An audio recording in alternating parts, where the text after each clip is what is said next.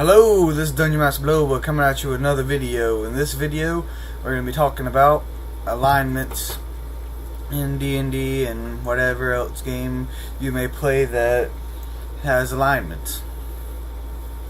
Alright, we're just going to get straight to the point. I don't really like alignments. I'm just going to go ahead and say that right off the bat. I found they can be really restrictive to players. If you follow the alignment rule to a T, it can be, really hard for players, especially when you change alignment penalties and all that stuff that you factor in there depending on what you're playing. I don't really like them that much. If you have experienced, good role players, they hold people back most of the time. And I've heard my players complain a lot, at least, that, oh, this guy can't do this because he's this alignment, or I can't do this because I'm this alignment, but I want to do it. And I'm like, okay, yeah, I know what you're saying right now. This is starting to get kind of a little bit aggravating if we have to follow the alignments exactly. But then if we don't follow what the alignment says exactly, then we're not really that alignment anymore. For example, with a lawful good guy murdering an innocent person, that's not in his alignment. But so does that mean he's still lawful good even though he just murdered this innocent guy? I don't really think that he could stay lawful good after that.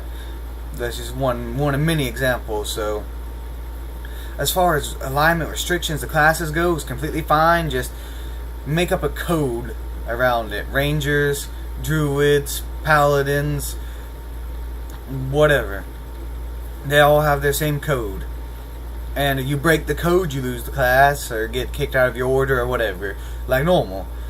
But don't force this guy to be a neutral good ranger throughout the entire thing, and then give him a penalty if his character changes from neutral good to chaotic good, or neutral good to neutral evil, or whatever. If the character has good story and it makes a good, interesting story for the character, don't punish them for changing alignment. If you follow that, then I guess alignments could stay in, but it just makes it easier to take them out altogether, unless you have a new group that's not used to role-playing. Then alignments can help guide you on character creation and guide you where you want your character to go. But like I said, I have a group that we've been role-playing for years together.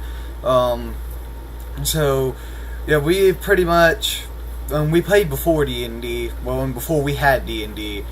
We played our own homebrew stuff that was loosely based on D&D. We never used alignments until we got D&D. And then we recently stopped using them with our newest game. And this worked out fine before D&D. This worked out fine even with the D&D system. Smite evil, you can work it the same way it works on demons, evil outsiders, and people with evil intent. So you can even change it to smite infidel, where you smite somebody that's not of your patron deity. And then the other smites work the same way. Smite good, all that stuff. You smite good outsiders and celestials and people, or you can make it where it smites infidel. And protection from good and evil and chaos and law work the same way, except that it would be more centered around that's where it gets a little bit complicated, because that I prefer to keep it centered around outsiders, like, a lawful outsider, chaotic outsider, stuff like that, because that with the protection, without alignments, it does make it a little gray area for it. I guess you could say if this man's in a lawful pursuit, or this guy's doing a chaotic pursuit, or an evil pursuit, or a good pursuit, or something, then it works against them. But that would be a lot of variables to consider. So yeah, you can do that. You can tweak around with that, but the way I do it is it just works on outsiders. Might nerf the spell a little bit, but I think it's kind of okay for what you get for it. Not many of my players use those spells anyways, so that works fine for me. But if it's different for your game, then you can change it. Feel free to make the game your own. And in conclusion, I would like to say that NPCs, my players, characters, all just seemed so much better without that restriction of alignment. It's a lot more of a gray world than a black and white world when you don't have a clear alignment set right in front of you. And I've been more happier with the role playing, and I think they have been more happier without having to confine to an alignment. Because I've heard them complain about alignments before, and they haven't complained about it yet, and they prefer this way as far as I'm aware, unless they spontaneously changed their opinion when I wasn't looking. But yeah, so far everything's gone completely smooth in my game, and just give it a try, 1 or 2 games, and if you don't like it, go back to doing whatever you were before. But I'm just begging you guys, for the good of your game and the good of your players, if you can trust your players and count on your players, and you're an experienced DM or a GM or whatever, then try it. It will make your game better if you can pull it off.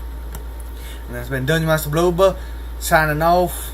Leave a comment below what you want to see in more videos. Leave a like if you like the video, subscribe and all that stuff, and I will try to get back to any comment anybody leaves.